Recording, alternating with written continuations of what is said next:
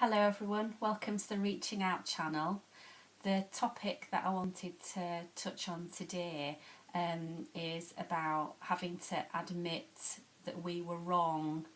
I think the idea that we've invested so much into being Jehovah's Witnesses makes it incredibly difficult to leave, because the decisions that we've made have been completely in line with Jehovah's Witness doctrine, and those decisions are wide ranging.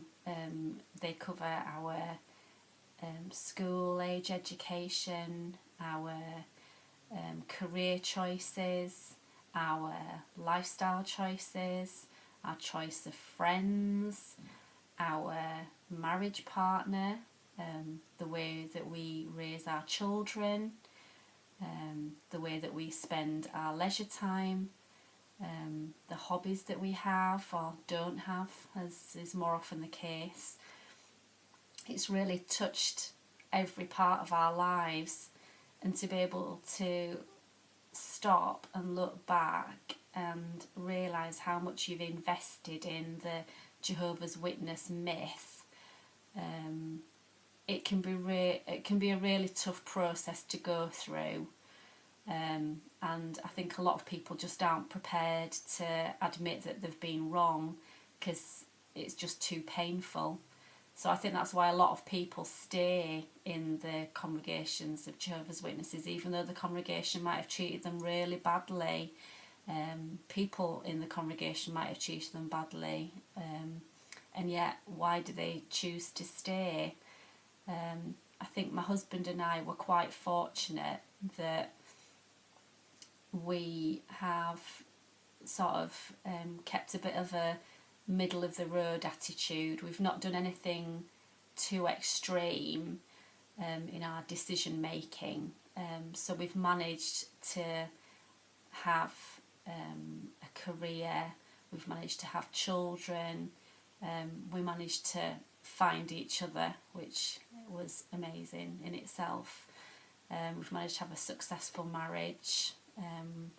We're chugging along quite nicely, and so we were in a very privileged position to be able to start a new life for ourselves, and I don't think that many people are in that position as Jehovah's Witnesses.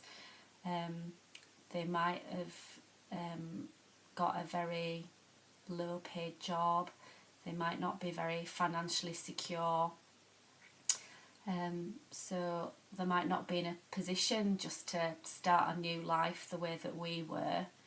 I look back on my own family history, and my grandmother in the late 60s, early 70s, they gave up, like a lot of people at the time, they gave up their insurance policies. My father, he had an apprenticeship lined up. He gave that up in order to pioneer. His sister, a super intelligent lady, she had a place at university all ready to go, and she gave that up.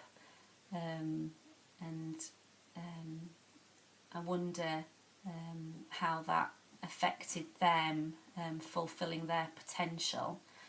And then I have my maternal grandmother. She sent the title deeds to her house to the society, which meant that the financial security that could have been there wasn't, and so all those things lumped together narrow the decisions and the possibilities that you have. So I wonder how many people, knowingly or otherwise, are trapped in the organisation, and will find it very, very difficult to leave if the time ever comes. Thanks for watching. Take care. See you later. Bye.